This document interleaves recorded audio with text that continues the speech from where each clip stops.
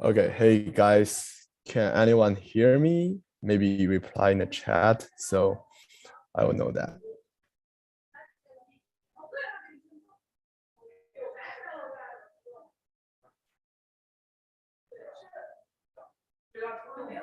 Okay, great.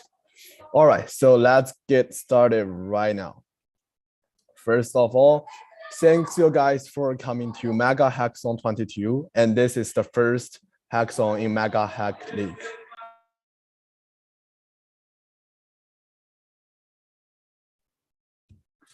Hi, I'm Sunny from Hun School, and welcome to Mega Hack. And I'll start off with the question, who are we? So our Mega Hackathon League is a seasonal hackathon focusing on the United Nations 17 goals, aiming to improve human development by providing access to healthcare and education while protecting the environment. We believe that by infusing computer science with these goals, we can raise awareness for global issues while providing a stimulating experience for students around the globe. I'll now provide the event's information. Can someone? Yeah. So our goal of this hackathon is to create a project that solves a particular problem in the field announced. The project can be either a simple app, website, business plan, or even a game. The project achieving any of the 17 goals will be accepted. However, if you're looking for NGO-specific awards or if you want a specific prompt, we'll announce them tomorrow at 10 a.m. And now here are the venues. So our main communication channel will be through Discord server. So please join our Discord if you haven't. And our hackathon teammates gathering will be held through gather.town. I know lots of you might have not heard about this, but we'll have tutorial for you guys, so don't worry. And all the virtual events will be broadcasted through YouTube live channel. So we'll send the links at Discord through hashtag announcement channels. So please keep your eyes on it. So for in-person hackathon, it's going to be held in both Han School and Milton Academy.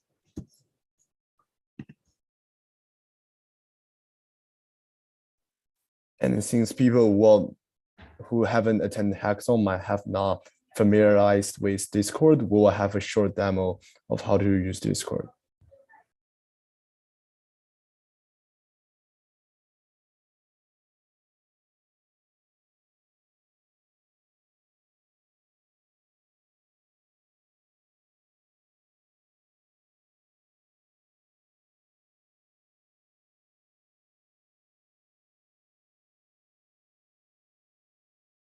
So we basically have this Discord server here, and all participants will have access to our important channel, which is announcement.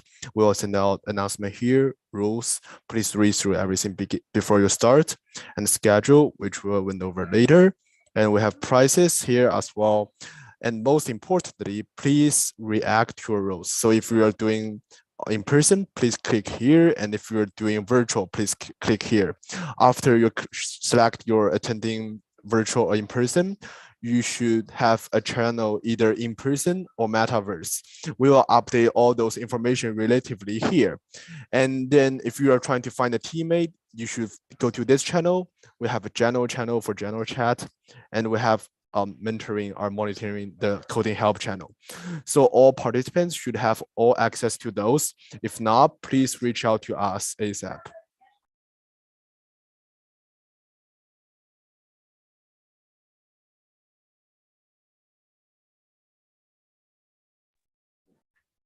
And let me get back to the slides.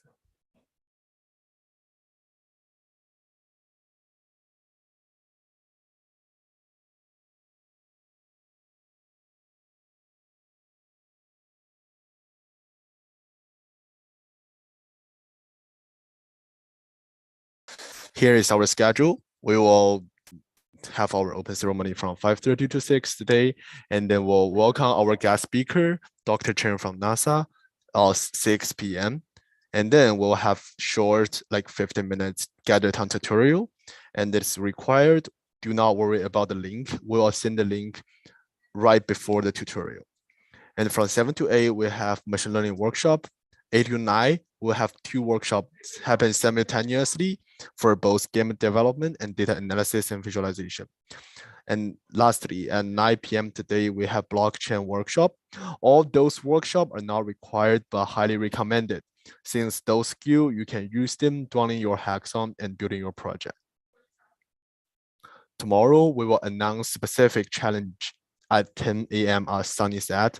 If you are a hackathon veteran, you know what you are doing, feel free to choose a topic under the 70 categories. But if you are new to hackathon, we'll release specific instructions or questions that you can try to solve. And then for 2 p.m., we'll start the 24-hour countdown. All those time are in Eastern Daylight Saving Time. And lastly, we will end our hackathon 2 p.m. The award ceremony will happen on 7 p.m. Sunday. And we do have our live countdown website already. If you go to megahack.tech, you will see the live website is ready. Please click here. Then you will be redirected to this page, which has both the countdown and schedule ready for you.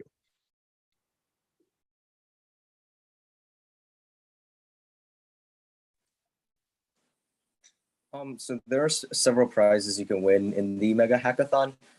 First of all, being if you obviously place first, you get a $300 gift card, and you get an XYZ domain along with Arduino Monster Kits, Testgate Unlimited certificate, 1 Art of Problem Solving coupon for $25 off, VoiceFlow Professional License, and Leading Learners Expansion Pack.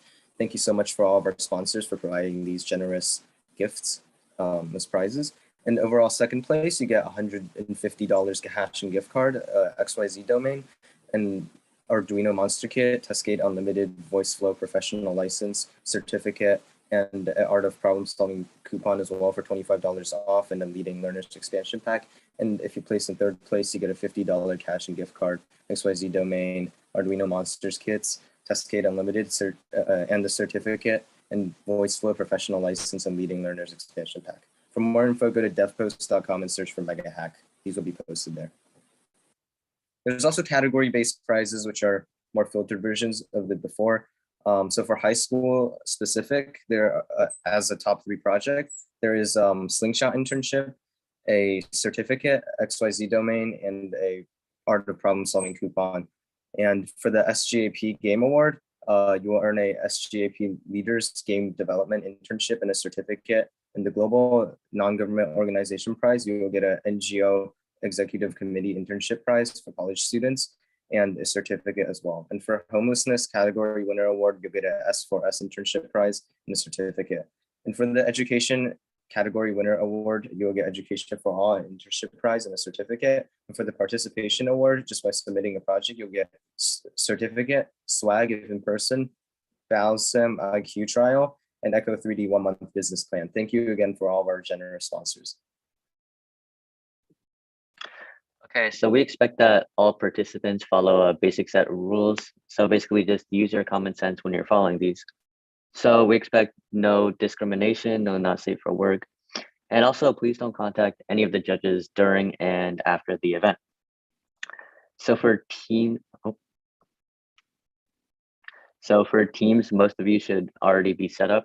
But if you're still looking for a team, you can still send a message in the team finding channel in the Discord. So if you see anyone violating these rules, please reach out to the leadership team, or if you're in person, you can speak to one of the in-person mentors.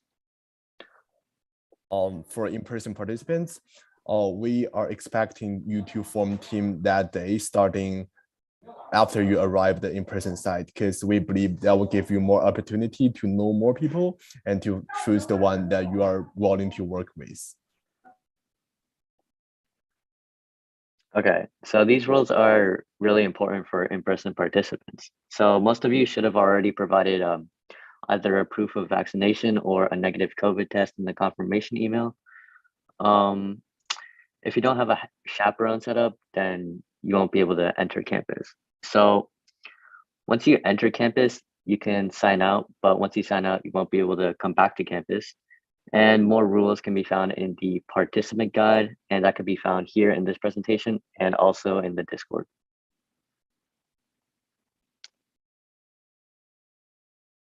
Now we would like to thank our amazing sponsors who are able to help us throughout the event and make this event possible, including sponsors such as Rosenfield, Cascade, Inspirit AI, .xyz, VoiceFlow, Sticker Mule, Slingshot, Balsamic, Give My Certificate, Bubble, 1Password, Echo 3D, Monsters, Leading Learners, AOPS, and SCAP leaders. And we would also like to thank our partner NGOs and schools who were able to help provide us with a lot of funding, a lot of in-person options. NGOs include the Global NGO Executive Committee, Shelter Shelters, the Innovation Academy, Resilience Inc., Education for All, and the many different schools, partner schools that we've been working with are listed below. Most notably include Rutgers Preparatory School, Lawrenceville, Hun School, and the Milton Academy. Thank you all for your amazing support. And now we would like to go on to Q&A, questions and answers. If anyone has any questions, please let us know in the YouTube chat so any of the organizational or leadership team members can help answer.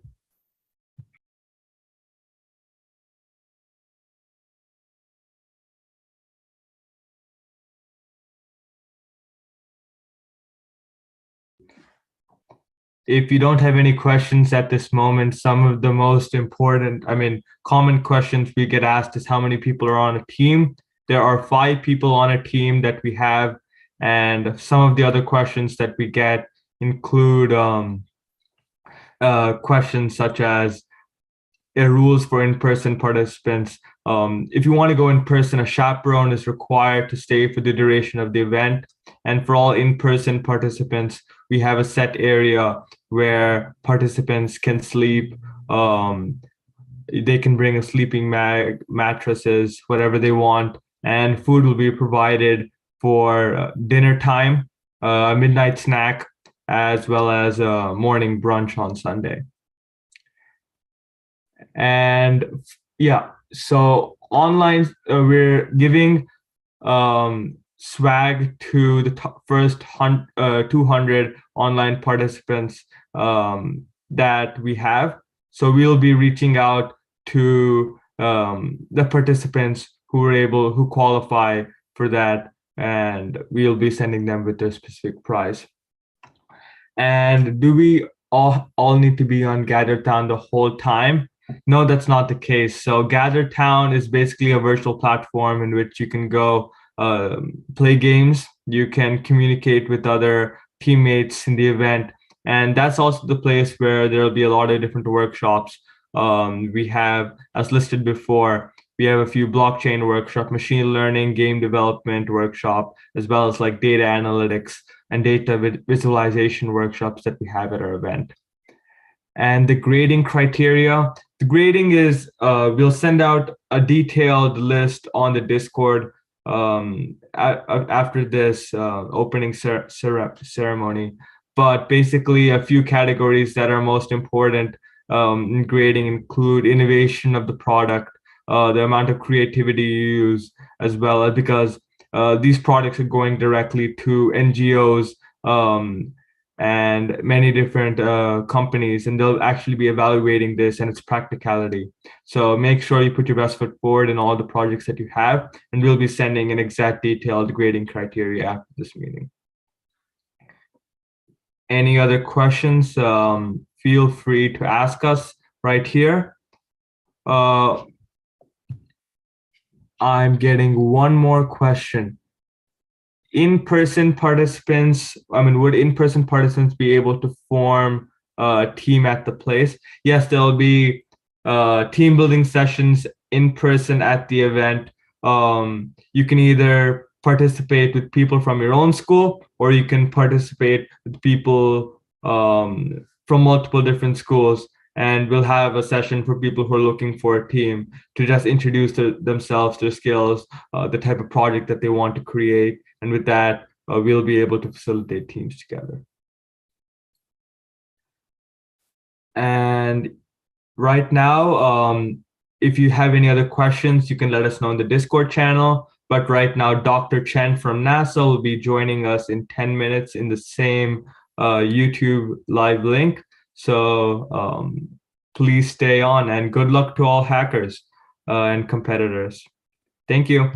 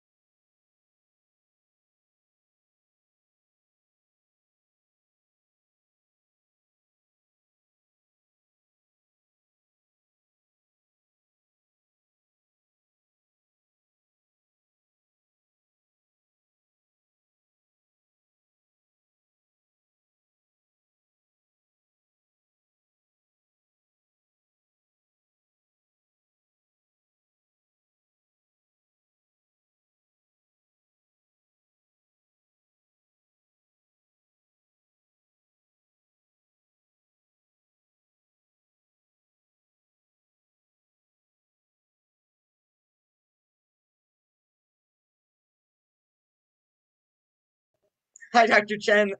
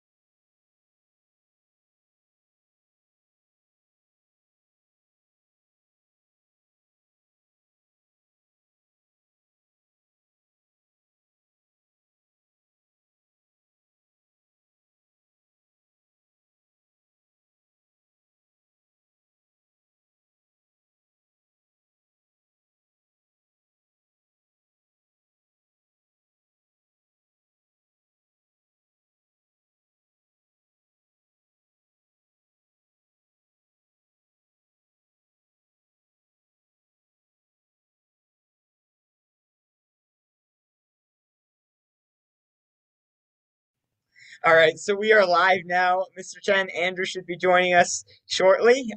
And there are students from all around, from schools all around, pretty much the East Coast, Northeast mostly. We've got a lot of schools in the central New Jersey area, Lawrenceville included. So it should be good. I think everyone's really excited to hear from you. And this is sort of our opening ceremony, opening event. We just had for the Mega Hackathon the intro ceremony, and then your presentation will finish that up. We'll do some workshops tonight, and then the main event starts tomorrow. For everyone listening, I hope you're ready. 24 hours should be a good event. So whether you're coming in virtually or you're at one of the in-person locations, we're excited to have you, obviously, and we'll be getting started with Mr. Chen's presentation very shortly. I know I got a little preview of the presentation beforehand, and I think it'll be pretty cool for everyone. So we're excited. Mr. Chen, are you okay to share screen on Zoom? Do you have that capability? I believe I do. I can give it a shot. Okay, all right. Should I go ahead? Yeah, I think you can share the first slide for sure, and then we'll get started at 6. So All right. Hopefully I'm sharing the right screen. yeah, Awesome. looks good to me. Looks good to me. And basically, for everyone in the audience as well, we're looking at about a 15-minute presentation, maybe 20-minute presentation. We'll go as long as Mr. Chen needs, and then we'll get right into Q&A. I know we'll probably get way too many questions than we'll ever have time to get through based on the audience, but don't hesitate to put as many questions as you can in the chat. We'll do our best to get to as many as we can in our limited time. So with that, I think we're approaching 6 o'clock, 6 p.m. Eastern. I think we have some schools outside of the Eastern time zone as well represented, some students. So 6 p.m. Eastern time. I think you're good to go if you would like, Mr. Chen. Again, I'll do a little intro. I'll introduce ourselves first. For our audience, my name is Alex Noviello. I'm joined by my twin brother, Andrew Noviello, and we're juniors at the Lawrenceville School this year. Today, we're honored to be joined by Dr. Alan Chen, Mr. Chen, entry, descent, and landing lead for the Mars 2020 project at the NASA Jet Propulsion Laboratory, which I'm sure many of you, if not all of you, have heard of, to help kick off this weekend's events. So again, I just already explained the format, and I think Mr. Chen, the floor is yours to start. All right, thanks very much for that great introduction. I'm happy to talk to y'all. I used to roam Lawrenceville as well back in the day. I'm graduate of the class of 1996, probably well before any of you guys were born. But anyway, thanks for the invitation to give a little talk about what's a little bit of yesterday's news. We landed Perseverance about 13 months ago, back in February of 2021. And I had the good fortune of leading the team charged with landing the spacecraft, getting it from the top of the Mars atmosphere, going 5.5 kilometers per second, to wheels down safely in Jezero Crater, going 0.75 meters per second. So that was kind of the job in a nutshell. But I want to talk to you a little bit about what it took to do that job, what were the challenges that we faced, and just show you some cool pictures and video. So hopefully that'll be fun. All right, so let's get going. The first thing that's daunting, of course, about any landing on Mars is the fact that we don't do it that often, and it often goes poorly. Here's a map of Mars, of all of Mars here in one picture from composites of Martian imagery, with those orange guys being the ones who are less fortunate, and the green ones being the ones that have made it. We're on a good streak right now, knock on some wood or something, but we've had a good run of success recently. At least on the NASA side of things, but failure is only one mistake away, and there are lots of mistakes that you can make along the way that can make you end up like one of these orange dots instead of the green dots. But what makes Mars, landing on Mars difficult? Well, there's a host of things that are kind of challenges that you have to deal with when trying to land a spacecraft on Mars, regardless of size, really. The first is that the Martian environment itself, the atmosphere of Mars, is about 1% the density of that here on Earth. So it's much thinner than Earth's. It's someone once told me that there's just enough atmosphere to be really annoying, right? You have to deal with the atmosphere in terms of aerodynamic heating and slowing down, but there's not enough of it to really finish the job to get you all the way to the ground safely. We can't just put a capsule underneath a parachute like we kind of do here on Earth and land it pretty softly on the ground because the atmosphere just isn't thick enough.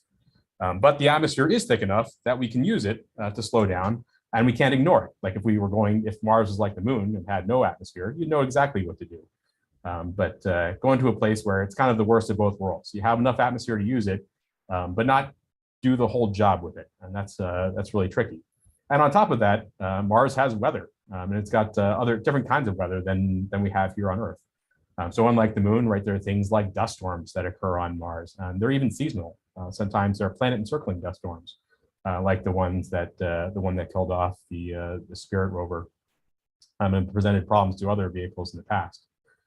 So again, it's a tough place to go from an atmosphere perspective. It's thin, it's got storms, but it's not thick enough to really use to stop all the way. Another thing about Mars, and perhaps one of the reasons why it's interesting from a science perspective, but deadly sometimes from a landing perspective, is that the place is not very flat. The places that the scientists want to go especially are places like the Grand Canyon or other places where you can see a lot of different layers of Mars history in one place. But that makes it pretty challenging from a landing perspective. If you're trying to land something, you want to land in flat places. That's why helipads are flat and concrete and why runways look the way they do.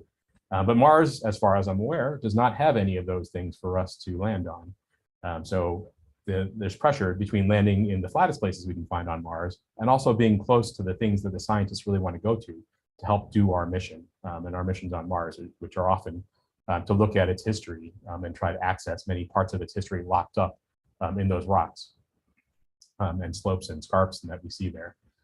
So again, it's a tough place to land already, just from an atmosphere perspective. From an engineering perspective, of course, in a kind of simplified way, proving entry, descent, and landing will work is basically impossible to do here on Earth in a test because Earth is just that different from Mars.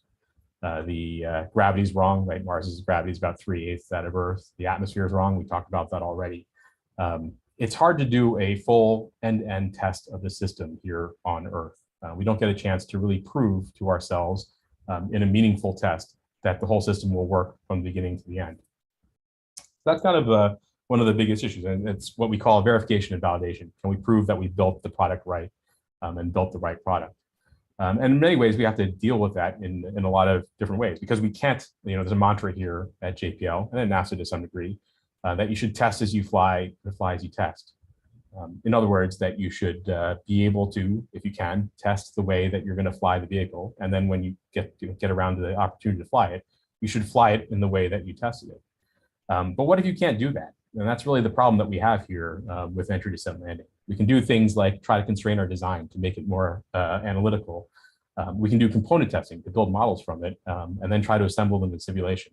And that's really the best we can do, that we end up living in a world where we simulate as you fly and fly as you simulate.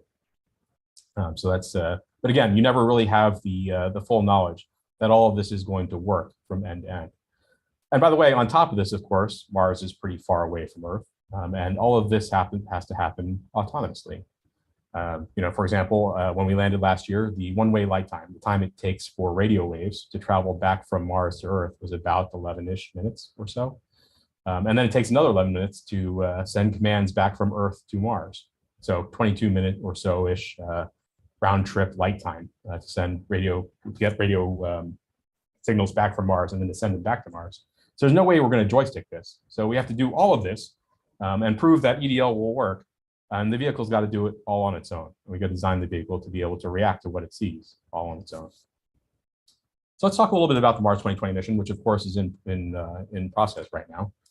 We launched back in July of 2020, at the very end of July, pretty much closer to the beginning of the pandemic. And then had a 7-month cruise and landed on February 18th, 2021, a little after lunchtime here on the West Coast. We're talking, of course, about the entry, descent, landing system, which landed with many things that looked like our previous lander that I worked on, or previous rover, excuse me, the Mars Science Laboratory mission, which delivered the Curiosity rover, which of course is still working on Mars in Gale Crater. But we managed to augment what we did on MSL to kind of fix some of the things we learned about how Curiosity landed and what went right and what went wrong, and managed to add a few more capabilities that have allowed us to land at a site like Jezero Crater, which is a much rougher place to land than we've ever gone before. So it's full of all sorts of hazards. Right now, the vehicle, of course, is happily operating on the surface of Mars, driving around very quickly, actually, right now, executing its prime mission, which is to begin to collect samples for eventual return here to Earth. This is the first leg of the sample return mission. So let's talk a little bit about the entry, descent, landing system itself, since that's what I know about and can talk to you all about. The central challenge for us really was to keep the MSL design, right? We had just spent 10 years of my life, 10 years of many other people's lives, trying to and finally succeeding in landing Curiosity on Mars. And the idea of Mars 2020 was to be able to start the sample return campaign while using as much as we could from that Curiosity mission without changing it, but adding and fixing what we needed to get to a site like Jezero, which is a really tough place to land. On top of that, the rover that we're landing is a bit heavier. The Curiosity rover is just a shade under 900 kilos, but the Perseverance rover that's operating at Jezero is about 1,030 kilos. So we had to land more mass at a more dangerous site, but still try to keep things the way they were, try to keep as much as we could the same as from Curiosity so that we didn't invalidate all the blood, sweat, and tears we put into that. Oh, and then by the way, on top of all of that, we had to do our final push to the launch pad and then fly all of cruise and then through landing during a pandemic, where we learned to operate the spacecraft and to fly it with our kids in the background doing homework and in guest bedrooms and all that, and rarely coming in and working in person on lab. So you know, a little extra challenge at the end to make things a little bit more difficult. But looking back at MSL, at Curiosity, and what it could teach us for landing Mars 2020 was a big piece of the puzzle. And part of this was trying to fix some of the things we had learned from the past and reduce risks that we had either seen during the flight of Curiosity and its landing on Mars, or learned in the meantime since that landing.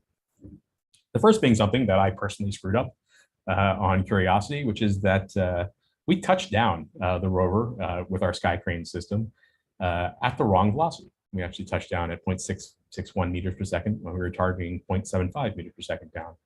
And it turned out that we screwed that up because we didn't have gravity quite right at Gale Crater, which happens to be a 100-kilometer wide crater that's 4 kilometers, 4.5 kilometers deep, with a 5-kilometer mountain in the middle of it. Kind of like how gravity can be a little bit different near the Himalayas when you have a big upthrust of Earth. We had a similar problem at Gale Crater and actually got the gravity at that site wrong by about 400 microg's, which caused that touchdown velocity difference.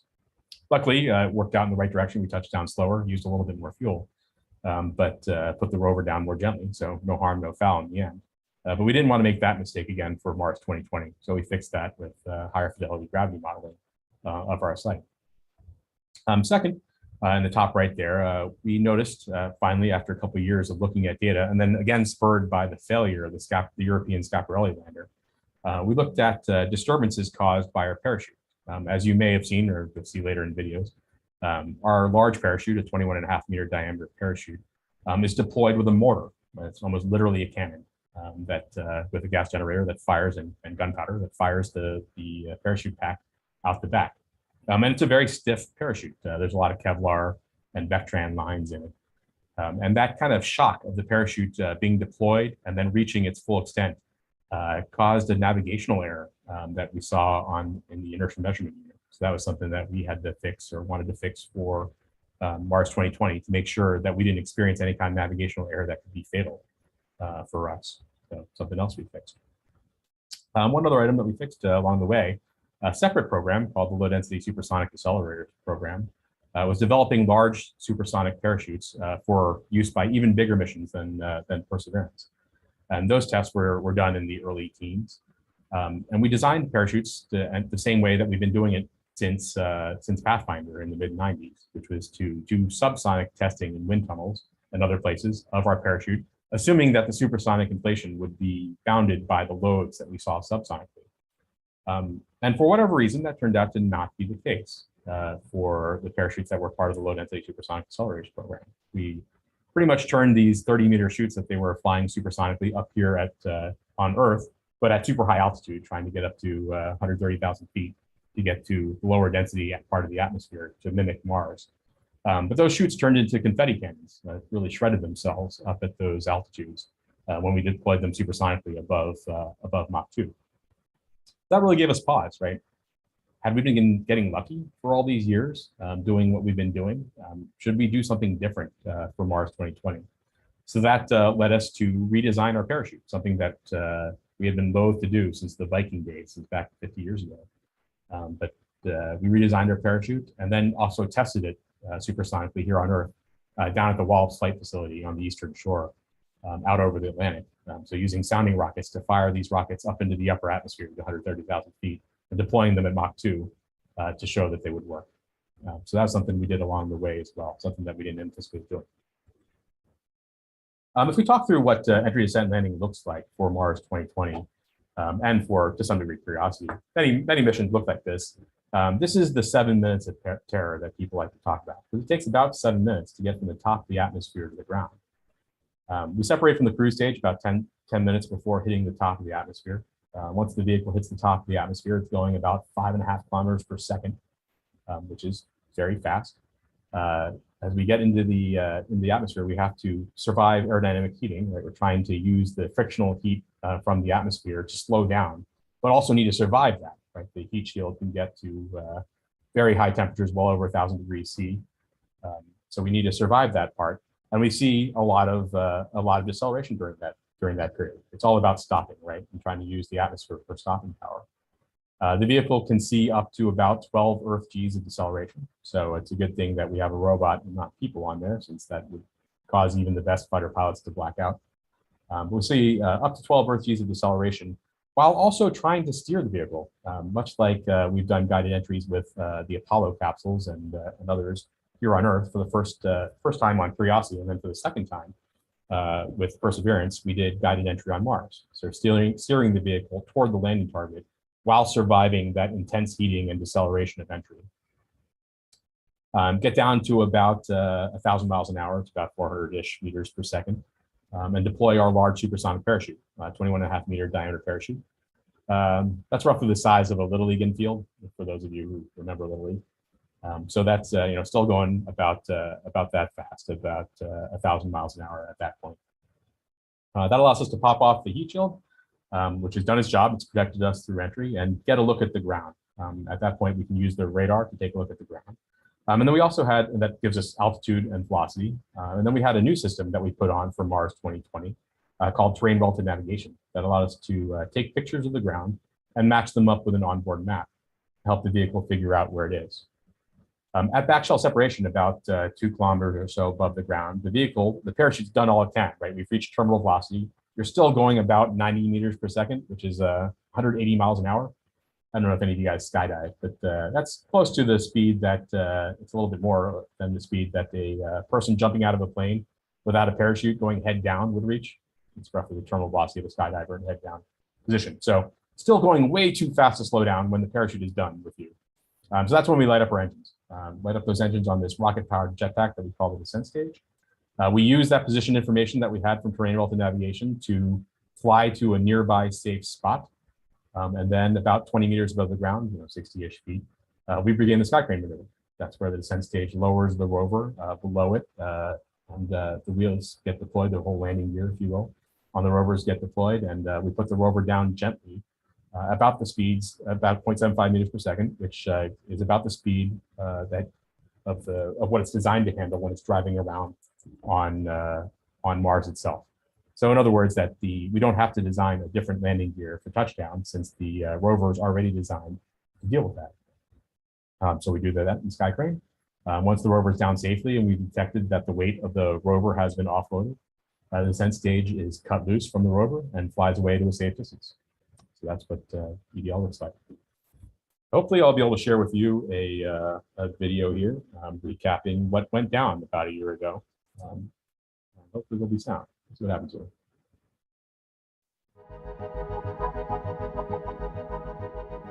Everything sounds right on my end. Go. EDL Paisley. Go. We have deemed Perseverance ready to execute entry, descent, and landing on her own. Confirmation of entry interface. Perseverance is currently going 5.3 kilometers per second, about 120 kilometers from the surface of Mars. It will start controlling its path to the landing target. Parachute has deployed and we are seeing significant deceleration.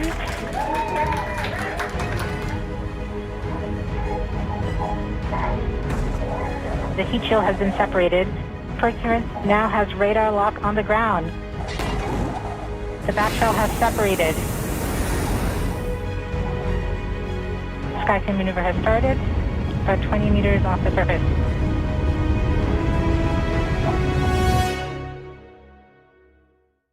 Tango Delta, nominal. Touchdown confirmed. Perseverance safely on the surface of Mars, ready to begin seeking the sands of past life.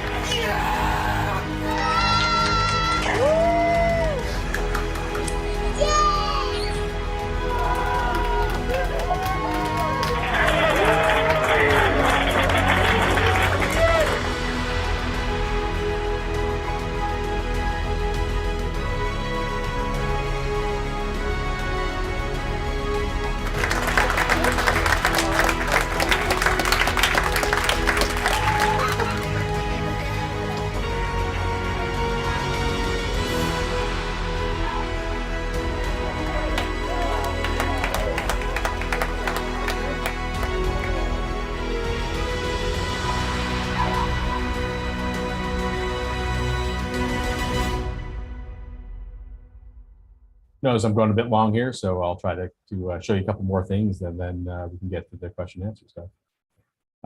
Skipping ahead, right, I've told you a little bit about how we simulate as you fly and fly as you simulate. You might have seen some of the video that we shot there, interspersed in that video from Mars here. Here's a comparison of our simulation results on the right versus what we actually saw on the cameras on February 18th last year. See that we did a pretty good job nailing that one. Watch this one too. Hopefully this will play. Yeah, looking back the other way from the rover at the descent stage, see that we did a pretty good job modeling what we thought would actually occur, and kind of the stuff of dreams, if you will, to see it actually in real life in color from the video eventually got down. Of course, delivered the rover and its pal, the Ingenuity rover, the Ingenuity helicopter as well. They're both operating safely on Mars right now. So things went pretty well about a year ago. Just wanted to close by noting that our parachute has a little message to ourselves and to all of you, quoting, of course, Man in the Arena from Teddy Roosevelt, reminding us kind of our unofficial model here at JPL is to dare mighty things, right? To put yourself out there and to try to do these big things, even though you have a chance of failing, to be sure that we know what victory tastes like and we can push the boundaries of exploration. So that's what we're about. Okay. Thanks very much. Thank you so much, Mr. Chen. That was an amazing presentation. I'm sure sure everyone in our audience enjoyed it as well. And we have a lot of questions here. Before we get to some Q&A, though, it occurred to me while watching this video, when everyone's celebrating and when you get word of the rover touching down, it's already been on the ground of Mars for 11 minutes. Right, it's kind of like watching something on tape delay. Right? Yeah. Even though you're finding out about it for the first time, and you'd love to hit the fast forward button, you can't do it, right? I mean, whatever. That's the mind-bending part, right? With an 11-minute delay or 11.5-minute delay, by the time you find out that the vehicle's hit the top of the atmosphere, it's been on the ground for 4 minutes, one way or another, right? Either in one piece or not. So, and there's nothing you can do about it. So, That's amazing. It just boggles my mind a little bit. I'm sorry about that. I thought I'd start with that. I thought that was a fun question, just a fun realization for everyone. I guess so we have a whole, like you said, we have a whole lot of questions both from before and from now. But I'd like to start with, a lot of people are just wondering about like the pressure. Perseverance is a $3 billion project, and it all really hinges on this entry, descent, and landing phase. Either the project works or it doesn't. How do you deal with that, and what's it like to be sort of the primary lead on that important stage? Yeah, I mean, I think it ages you probably faster than it should. I probably have I don't know if it shows up on Zoom, but I have way more gray hair than I probably ought to for how old I am. But I gotta say that to some degree, it's part of the job, right? That you have to be willing to put up with that kind of pressure. Not only from this mission, right? That the 2,000 of your closest friends that you've been working on this mission with are counting on you to do this job. But it's also the beginning of our sample return campaign, right? The whole dreams of the planetary science community are kind of riding on this. That being said, right? I mean, I think that nobody does this alone, and that's if there's a bigger accomplishment than landing on Mars, the one that I would cite, and I think it is actually bigger than that, is forming a team that was so tight as to call ourselves a family. That we were our own little EDL family. We would fight each other sometimes, but we knew what we were about. We knew we cared about each other, and we knew that we were all in it together. So that's the big piece of the puzzle for me, and that you can share the burden of the pressure with people you care about. Very cool. Very cool to hear. I think important lesson for all the students out there. Teams are key, I guess, right? Teams are how everything and anything gets done. Yeah, if you want to do accomplish the big things, right? There's only so much you can do by yourself. Even the best, I'd say, there's only so much you can do by yourself. So it takes working together to really accomplish the bigger things. Yeah. So I guess as a follow-up question to that, Mr. Chen, you mentioned a lot of the simulation that goes on in advance of the actual mission. What degrees of confidence in the EDL system those really give you? And could you give the students some like concrete examples of what those simulations entail? Sure. I mean, there's all sorts of different simulation tools we use, again, because we have no ability to do some kind of full test of everything. So, what confidence does it give you? I think in terms of the things that you model, you have a lot of confidence in those, especially the ones that you model based on testing. As it turns out, right, F still equals MA as far as I'm aware. And you can do that over and over again, and that's your simulation. The key is really, what did you miss, right?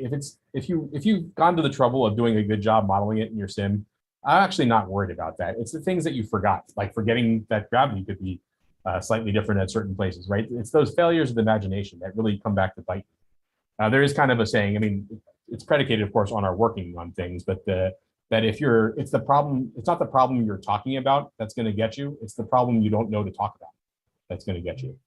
But that being said, right, you still have to do the work, right? And we do testing and all sorts of testing and then building models from that, right? We fire engines, we build models based on that. In fact, we fire engines with profiles that we don't expect to fly on Mars so that we can do a better job modeling it, right? We'll run sine waves at different frequencies of throttle levels through our engines just so that we can do a better job modeling it, not because we intended to fly it that way. So there's things you can do to improve your confidence that this is all going to go together. So in the end, I think you have plenty of confidence in that you've dealt with the things that you know about, at least for the things that are modelable. Some things are very difficult to model, like parachutes. Those are kind of implicitly empirical devices.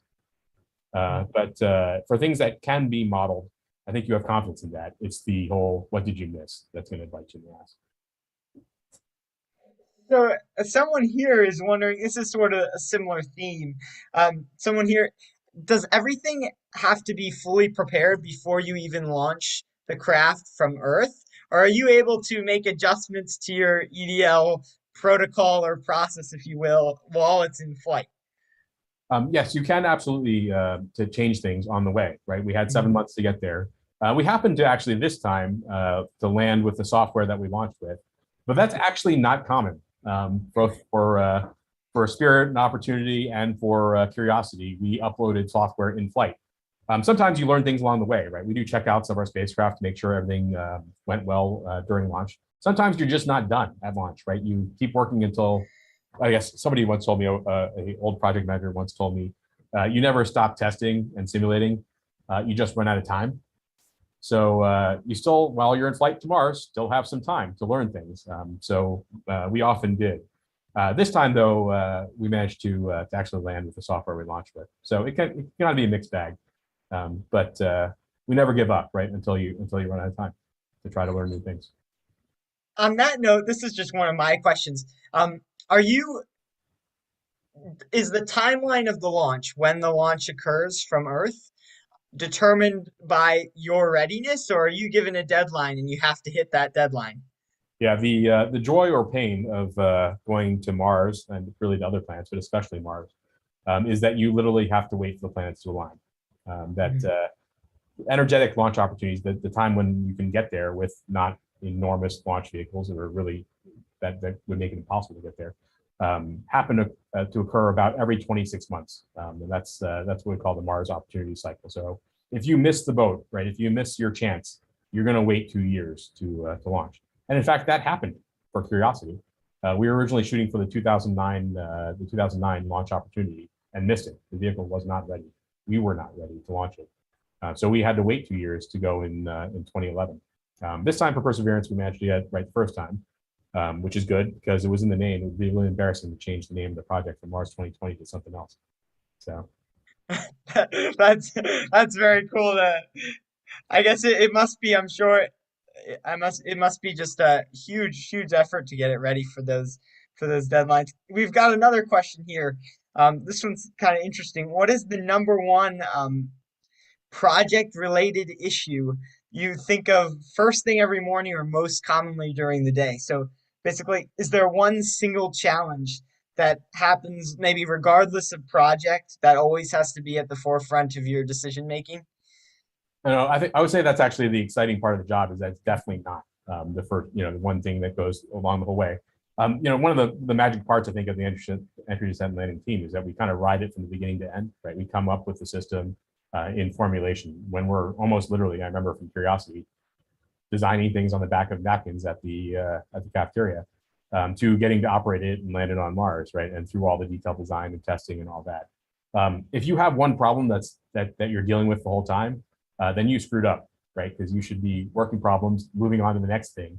And that is kind of what makes the job kind of exciting, that one day it's a feasibility thing. The next day it's when do dust storms occur on Mars? And then the next day it's do we have enough imagery of the site to go to? And then the third day it's, we did a test and it didn't go the way we thought it was going to go. What do we do now?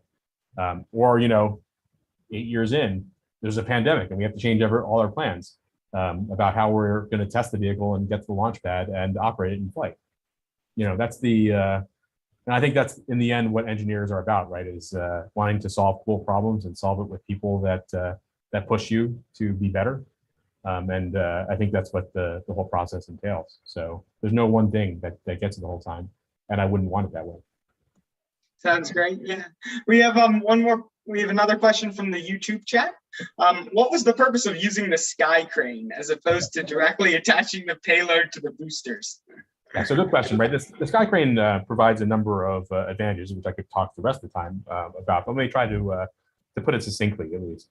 For Curiosity, where the sky crane was developed the first time, where people thought we were crazy, maybe it's just the right kind of crazy or something, but we knew we were developing a rover so big, right? A rover much bigger than we'd have ever developed before. Curiosity at 900 kilos is about the size of a small car, and it's about as tall as a small SUV. And it's 5 times heavier than our previous rovers, than Spirit and Opportunity that had landed, and of course Perseverance is even bigger. The thinking there being, with a rover that big and a suspension system that big, right, our rover mobility system, which is already really good at dealing with the ground in terms of being able to handle slopes up to 40 degrees and handle rocks that are up to 1 meter tall and deal with all that. You already have a system that's built for dealing with Mars. Why not use it to land on it too? Especially if you can touch it down slowly. In the past, we've always touched down pretty hard at 2.5 meters per second, 5 miles an hour. Which if you, I don't know how many of you all drive, but if you crash your car into the post at 5 miles an hour, you're going to do a couple $1,000s worth of damage. But if you touch down at 0.75 meters per second or 1.5 miles an hour, you're not going to do much damage. Because and especially for a vehicle that's designed to deal with the loads associated with that. So that's part of the game. Another part of this, of course, is that if you think about traditional landers that have engines below whatever you're trying to land, right? You have the engine down here. They're really close to the ground. But there's a reason why when you watch SpaceX boosters come back and land on near the pad or on their barges, right? That those barges are flat places that are hard, right? They're landing pads. I don't know of any landing pads on Mars, right? So you're worried about engines and what they do to the ground there in terms of digging yourself the hole, right? Digging yourself a grave that you can never get out of. So by flipping the script, right? Putting the engines on top and the rover below, we're reducing the amount of ground pressure, right? The amount of plume ground disturbance that you see so that we have very little excavation. We can see from the pictures that we didn't do much damage to the ground or dig much of any holes from that sky crane system. So those are a couple of the big advantages. There are many, many more. Actually, the one that I'm a favorite of, if you think of, and now I'm gonna geek out on you here, but if you think about legged landers and a 3-legged landers, everything's great when you touch down, especially if you touch down on a flat place. But what if you touch down on a slope? So now I'm gonna move my hands around here, but we got a slope here. We hit a leg down, right? And then you start to pivot about that leg, and suddenly your engines, which are below you and facing down, are facing away from the slope, which is going to start building some horizontal velocity sideways, right? So that's why the legged landers have a hair trigger. Whenever a leg hits the ground, they shut off the engines instantaneously, right? It's on Insight and Phoenix, the 3-legged landers we landed recently, back in the 2016 Opportunity and the 2007 Opportunity. They have 1,000 hertz, right? They're checking, 1,000 times a second to see if those touchdown sensors have been triggered. Because they want to avoid this problem where they hit the slope and start to fly away from it. So they have these hair triggers on touchdown. And in fact, that's likely one of the reasons anyway, that is considered to be a leading cause for why the Mars Polar Lander failed, that they got an erroneous signal on a touchdown leg from deploying the legs and shut off the engines too early. With a sky crane system, you don't have to do that because we have the rover below us. We're controlling the whole vehicle to come down at 0.75 meters per second. Once the rover hits the ground, the descent state can just keep on going down, right? It's got some distance between it. But in fact, it's even better than that because the rover, being about 1,000 kilos, the descent stage being about 1,000 kilos when fueled, down to about 700 when dry. To be able to keep going down, as we command the whole thing to keep going down at 0.75 meters per second, when the rover has hit the ground, half the weight of the vehicle is gone. So to keep going down, the throttle levels on those engines have to be cut almost in half, maybe a little bit more than that. So we don't have to look for the touchdown event. We look for the persistence of the post-touchdown state, and we can take our time doing it, right? The rover, once it's touched down, we actually wait for about a second to make sure that the weight is gone, right? To see, and we're looking at the throttle levels of those engines and see that we have to cut those throttle levels by a decent amount for a whole second. And as opposed to checking 1,000 times a second, here we can take our time and check that the whole weight is gone for a whole second, which is an eternity from a computer perspective, right? So that's another big advantage of the sky crane is that we don't have to have that hair trigger that probably killed us back in 1999. Whoever asked that question from the YouTube chat, great question, and thank you very much, Suchan. That was a really interesting answer. Alex, do you have another question? Yeah, so this one's a fun one. If you alone could pick what the next major NASA mission would be, apart from the current missions sampling from Mars, what would that mission be? So what's the most important next frontier in your eyes? Okay, it's a good question, right? We are working on an orbiter mission to Europa, but we have done a bunch of studies on lander missions to Europa. And I guess even though I'm not a entry descent and landing lead anymore, that I do other things now, but it's still a dream of ours to go study Europa and go study it from up close. Right? I think the Europa Clipper mission is going to be amazing, right? In terms of flying by Europa, a moon of Jupiter, and teaching us a lot about it. But I think that landing on it would be spectacularly interesting, right? It's a place that we believe to have more water underneath the ice crust than all of Earth, right? If thinking about the possibilities of where life could take hold in the universe it gets you up in the morning, which it does for me. Europa seems like a good place to go look. Very cool. No, that's definitely a very, very cool, fitting answer to that question. How about, I think you mentioned that in one of your emails as well, just Europa and the prospects that has. So here's another one. When working on the project like Mars 2020 for almost a decade, what are the stages of work that need to be completed? Are there specific stages that you check off in that decade interval, or are you constantly moving between them? Yeah, no, that's a great question, right? Now I'm gonna probably drop into lingo, so you'll have to excuse me if That's okay, no problem.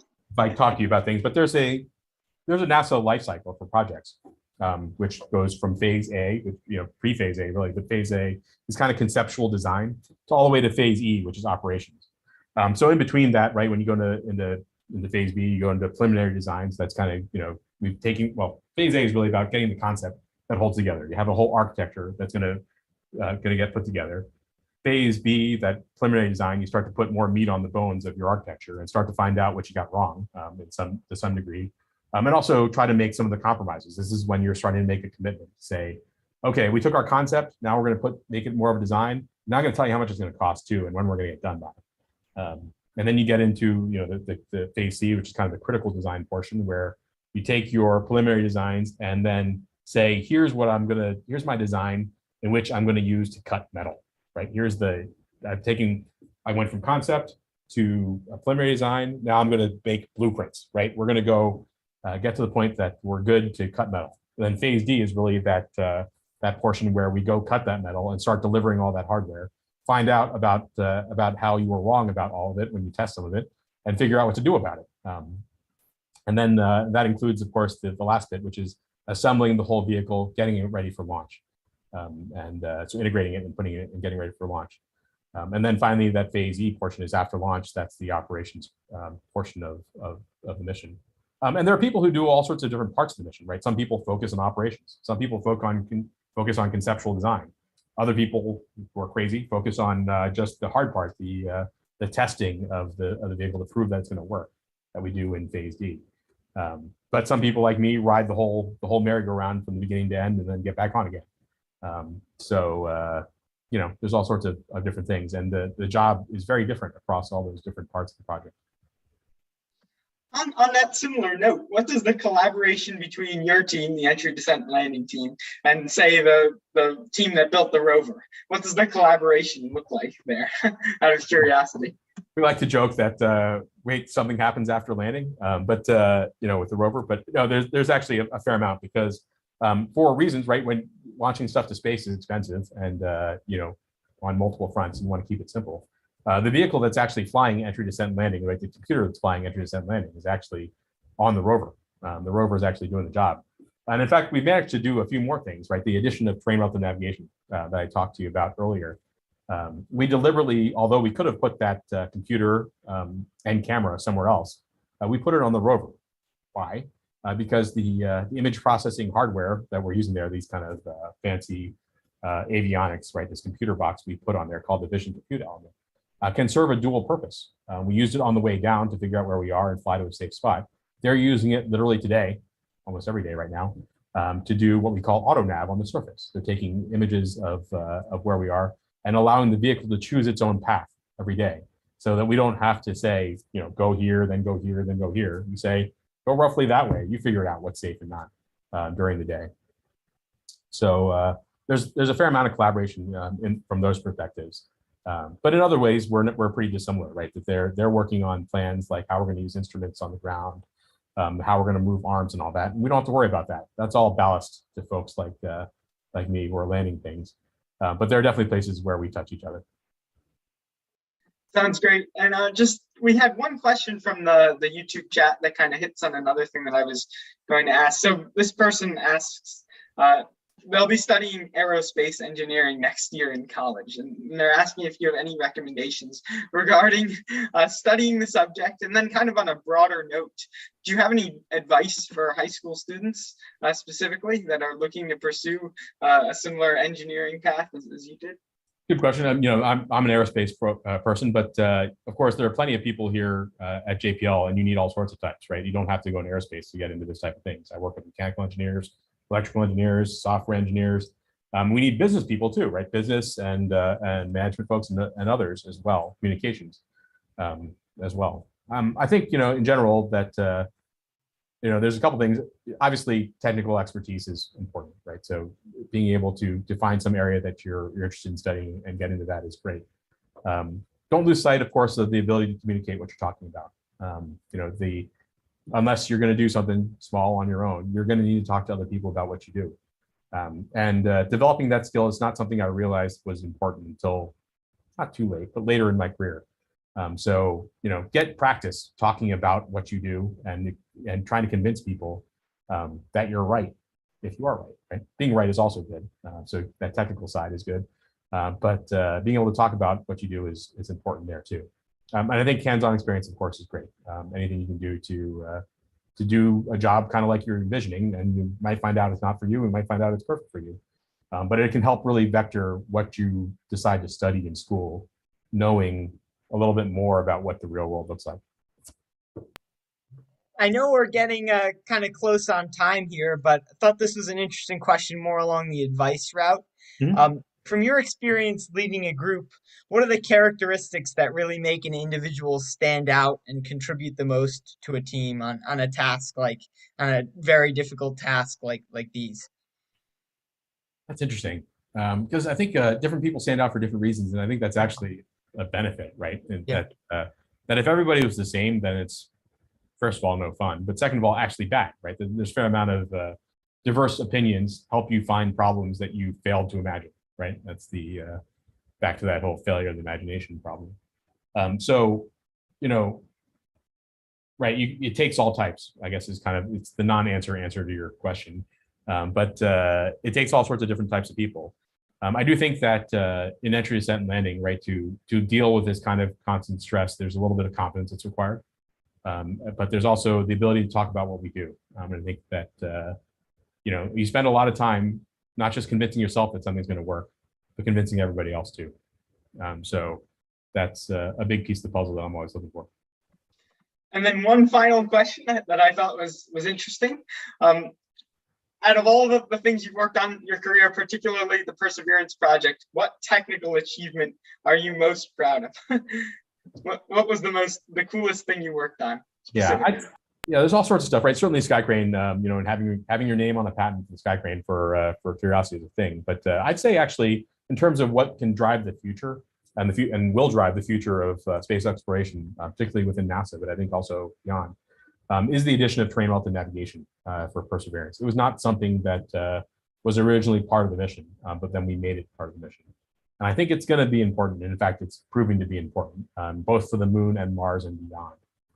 The ability to figure out where you are on the way down using imagery is a key piece of the puzzle, right? When we eventually want to land people and stuff, we want them to land near each other. So knowing where you are is a big deal and part of that puzzle. I know it's being used on the moon right now, right? That we're going to use it to land things precisely on the moon using that information on the way down. So I think you're going to hear about systems like terrain relative navigation all the time now. I think you know, it's going to be a rare lander in the future that doesn't have something like this.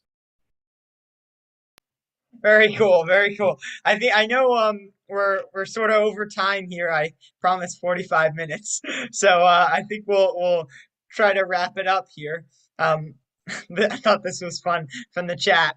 One person wanted to know if you went parachute jumper skydiving on Earth to experience, I quote, a visceral sense of the forces. I have not personally, but remember, No. the atmosphere here is much thinner or much thicker than that of Earth than Mars, right? So what you feel skydiving here, you know, that's the part of the Martian that doesn't work, right? If you've seen that movie, that the dynamic pressure is way lower on Mars because the atmosphere is 1% the thickness. But a lot of my folks do go skydiving, so yeah, it happens. Thank you very much, Mr. Chen, for being with us tonight. This was truly fascinating, and it was an honor having you on. All right, thanks for having me. Thank you so much. Yep. Have a good night. Bye.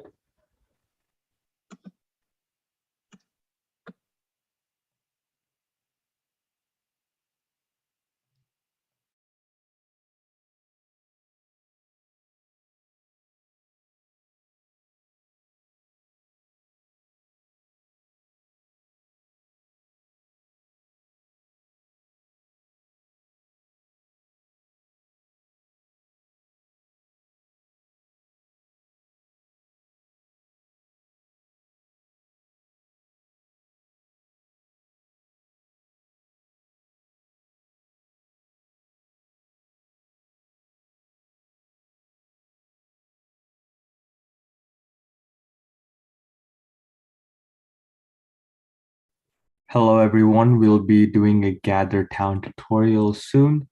So if you're interested in seeing how Gather Town works, it's a virtual platform and how it's a virtual metaverse platform and how you can contact, communicate with other people virtually during this hackathon, brainstorm ideas, play games, attend workshops and everything. And we'll be starting in a few more minutes around 6:55. So please stay tuned for that tutorial. This tutorial will be really beneficial because it's one of our primary methods we are using to go through and communicate with multiple people during this event.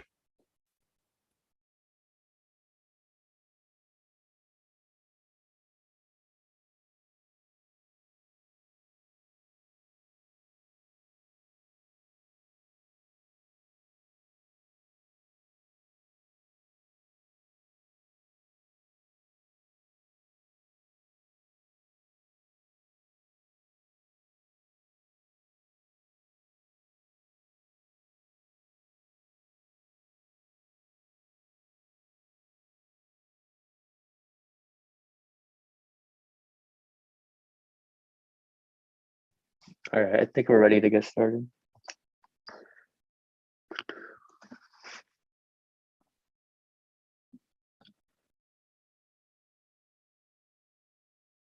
Okay.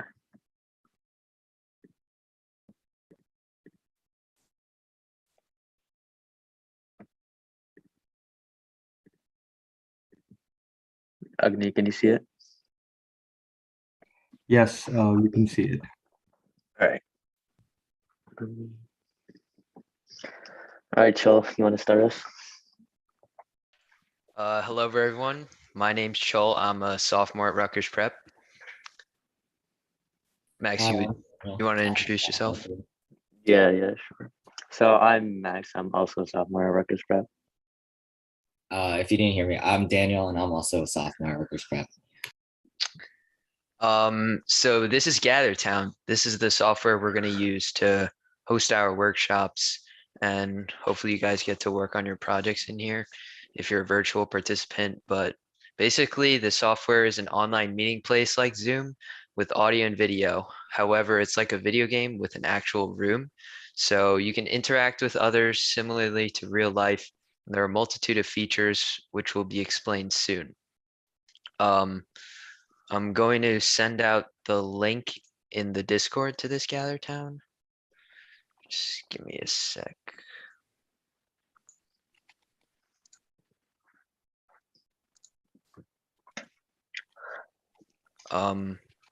So yeah, I just posted the link to the GatherTown in the Discord. It should be an announcement. So now, so when you enter GatherTown, you're going to need an account to sign up. So sign up with your email, make a password like any other online meeting place.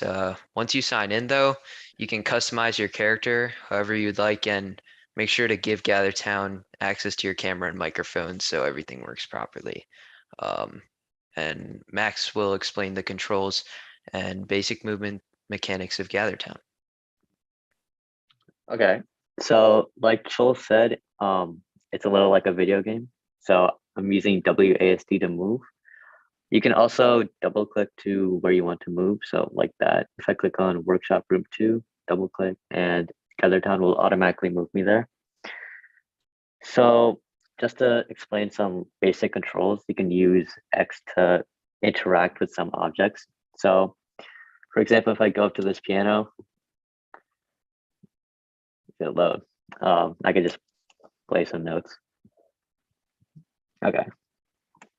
So on the bottom, you'll see some basic controls like microphone. It's red right now, so I'm muted.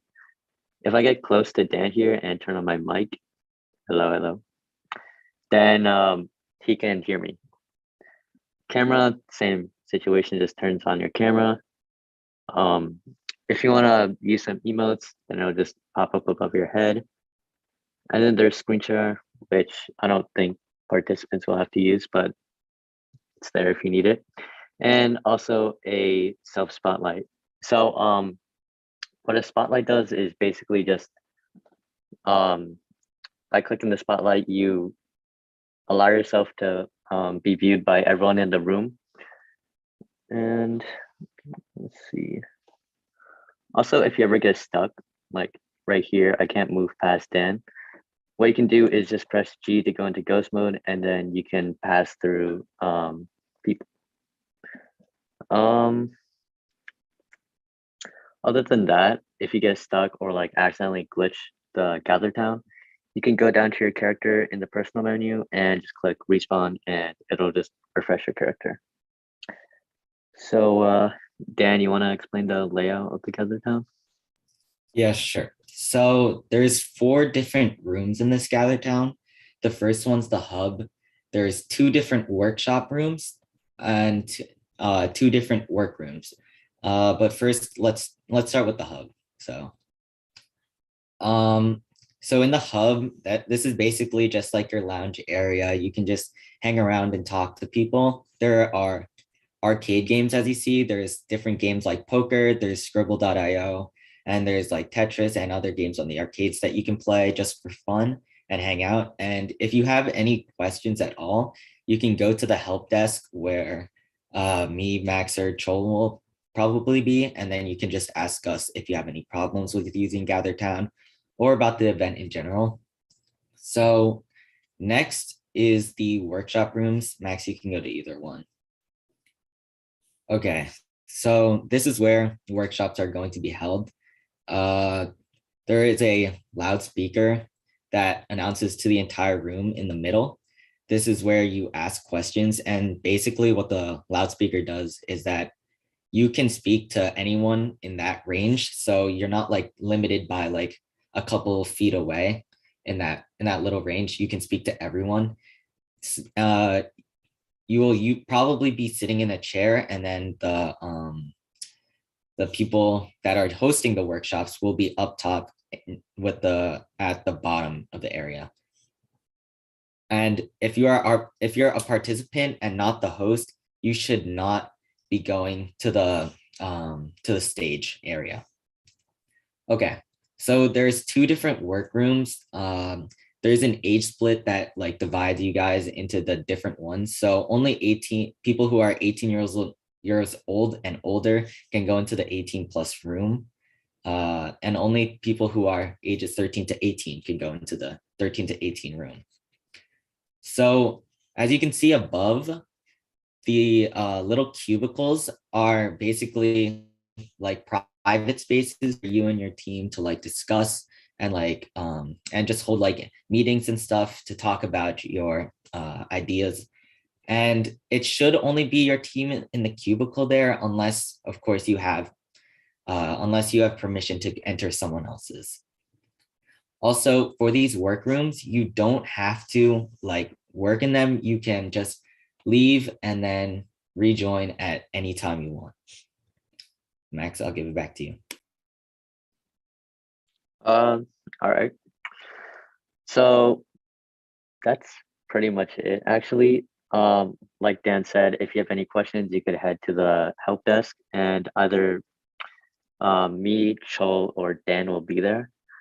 So the help desk is a private space, so you can only ask questions if you're right in front of the help desk. So in the next 2 or 3 hours, we'll have a couple of workshops. The first being a machine learning workshop hosted by Daniel Tian.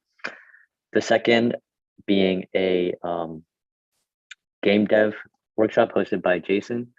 And at the same time, I'll be hosting a Python data analysis and visualization workshop in workshop room 2. And we'll be using NumPy and Matplotlib. Finally, Agni will be hosting a blockchain workshop at 9 o'clock. So please come out to the workshops. And is Daniel here? It's time for the machine learning workshop.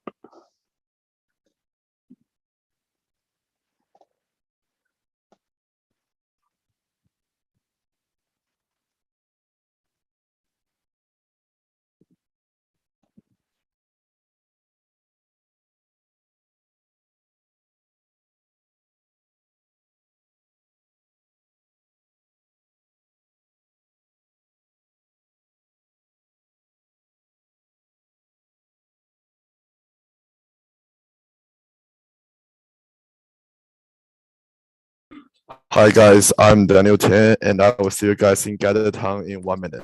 I mean, in 2 minutes.